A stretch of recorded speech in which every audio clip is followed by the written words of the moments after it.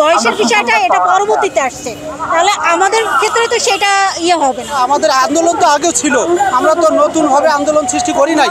আমি হচ্ছে লিগ্যাল, কিন্তু আমার সার্টিফিকেট দিয়ে আরো একজন চাকরি করে।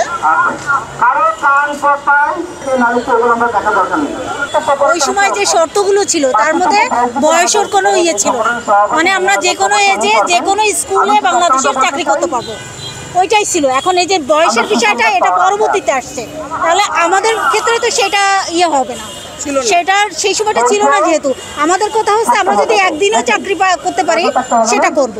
চাকরির যে এজ 65 বছর পর্যন্ত, মানে এজে চাকরি করা এখন সরকারি নিয়ম যেটা, সেই 65 বছর পর্যন্ত আমাদের বয়স হলে আমরা চাকরি থেকে এমনিতেই রিটায়ার করবো। তো সুতরাং এখানে এজের কোনো ব্যাপার আসতেছে।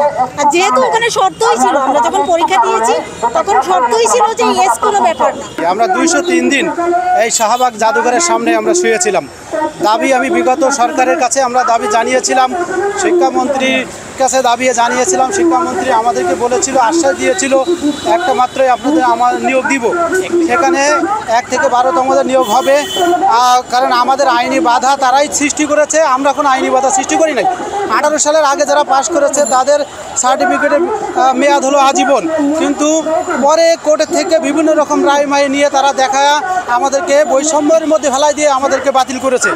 আমরা 65, 70, 75 নম্বর পেয়েও আমরা চাকরি পাই নাই, অথচ আমাদের সার্টিফিকেটের উপরে জাল সনদ সৃষ্টি করে তারা চাকরি করছে আজকে শিক্ষা প্রতিষ্ঠানে। আর আমরা বেসরকারি স্কুলে 3,000, 3,500 টাকা বেতনে মাকে বা দুর্বিষহ জীবনযাপন করছি। তাই আজকে আমরা পথে। কেন? আমরা আমাদের আন্দোলন তো আগেও ছিল, আমরা তো নতুনভাবে আন্দোলন সৃষ্টি করি নাই, তাহলে আমাদের হবে না কেন? আমাদের একটাই দাবি যে আমরা বৈধ সনদধারী আজকে মাঠে, আর জাল সনদধারী কেন শিক্ষা প্রতিষ্ঠানে? এটা আমাদের প্রত্যাশা যে বর্তমান উপদেষ্টার কাছে আমরা যেন সত্যিকারের নিয়োগ পাই, এবং আমাদের আইনে যা ছিল বর্তমান আইন সেজন্য না খেয়াল করে আগে আমাদের আইনে যা ছিল সেই আইনটা খেয়াল করে আমাদেরকে নিয়োগের ব্যবস্থা করেন। 1 থেকে 12তম যারা নিবন্ধন পাশ করেছি, কিন্তু আমরা চাকরি পাচ্ছি না।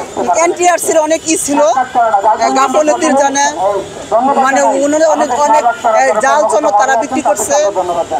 60,000 জাল সনদধারী, মানে এমনও দেখা গেছে যে আমার রুল দিয়ে আরেকজন চাকরি করতেছে।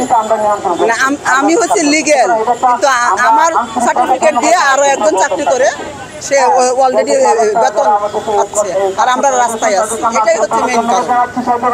এজন্য তারা চাচ্ছে যে আমাদের বয়স হয়ে গেছে, আমাদের আর চাকরি দিবে না। কিন্তু আমি যখন নিবন্ধন পাশ করছি তখন আমার বয়স মাত্র ছিল 24 বছর, মানে আমার গভর্নমেন্ট এজ ছিল নিবন্ধন পাশ করার আগে।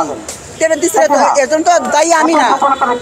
সংবাদ, ফিচার ও অনুষ্ঠানের জন্য ভিজিট করুন সংবাদ প্রকাশের ওয়েবসাইট এবং যুক্ত থাকুন ফেসবুক পেজ ও ইউটিউব চ্যানেলের সঙ্গে।